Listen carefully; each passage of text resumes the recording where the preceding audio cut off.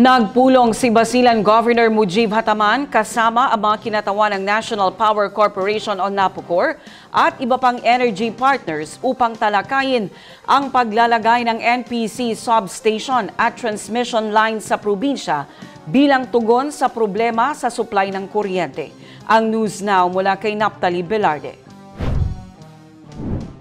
Mahalaga ang pagkakaroon ng stable na supply ng kuryente para sa isang ligtas, maunlad at may seguridad na probinsya, dahilan kung bakit prioridad ng provincial government ng Basilan ang pagtugon sa suliraning ito.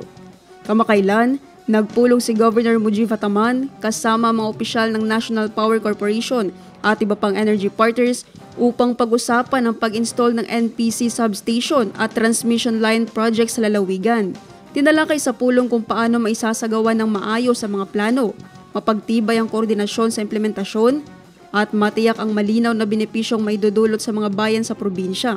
Ayon sa provincial government, kapag naisakatuparan ang proyekto, inaasahang mababawasan ng mga brownout at mas magkakaroon ng ilaw sa mga paaralan, health centers at maliliit na negosyo.